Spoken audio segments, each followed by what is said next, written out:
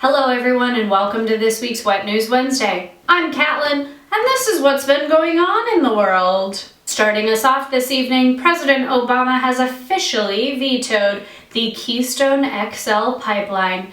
No, that is not a beer bong. It's that big pipe that was gonna, do stuff with tar sand that was gonna completely ruin the environment and only make like 1,400 jobs for 2 years that everybody's been so obsessed with. And Boehner said that he thinks Obama sided with the anarchists on this one.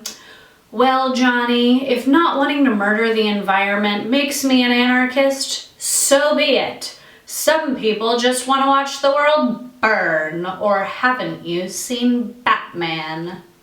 Next, have you ever wondered what it would be like to get a divorce from a billionaire and get $1 million a month in alimony?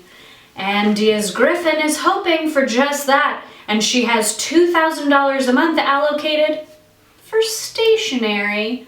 Look here, Annie. While I agree that penmanship is a lost art that should be carried on, and a heartfelt handwritten letter really does just bring a smile to everybody's face, what are you using? Envelopes made out of baby pandas? Are you sealing them with kitten tears and caviar? $2,000 a month on stationery? Can I have $2,000 a month? I'll just use it on normal things like bills and alcohol. Fox News darling Bill O'Reilly is finding himself in kind of a Brian Williams position this week. It's coming to light that some of Bill's stories of his Buenos Aires reporting days back in 1982 may have been false. Also, for the record, he wasn't from Buenos Aires, he was covering it, just so we're clear.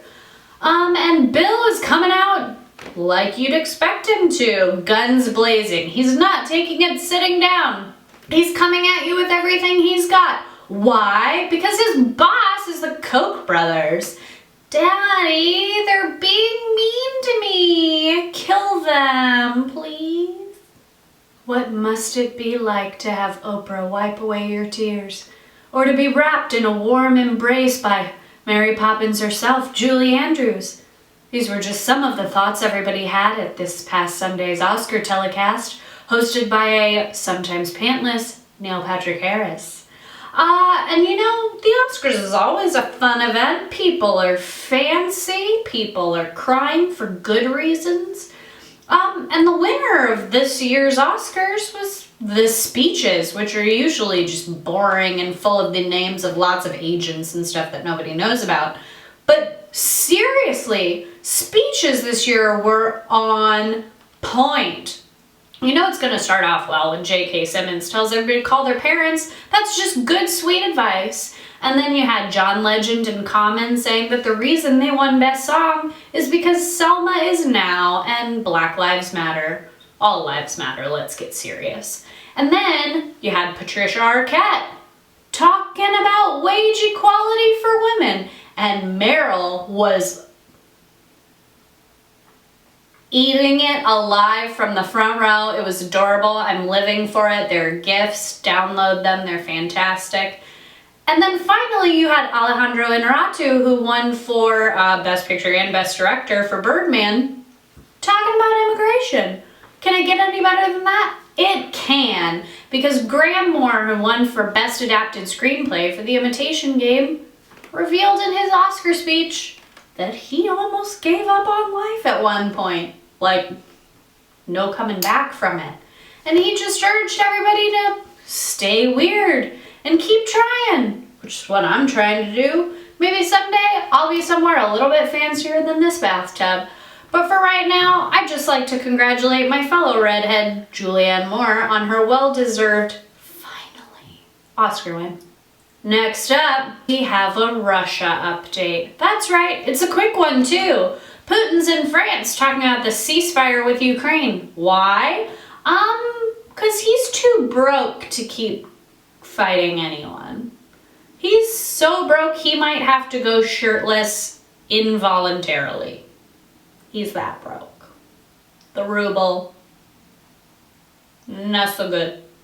There was the usual terrorism, murder, and crime all over the world, But I choose to end with the story of a young man who walked into a Target looking for a clip-on tie, couldn't find one, and had a very friendly Target employee not only tie a tie for him, but give him some interview pointers because he was going on a first job interview.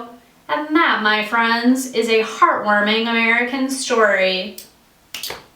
Do it. Go be nice to people. Get a rubber ducky, get some bourbon, and hug your fellow Americans.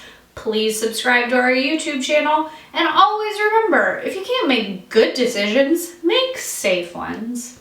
And if you're lost right now, the subscription button's right down there. See it? Just click it. It's right there. Thanks, everybody. I'll see you next week.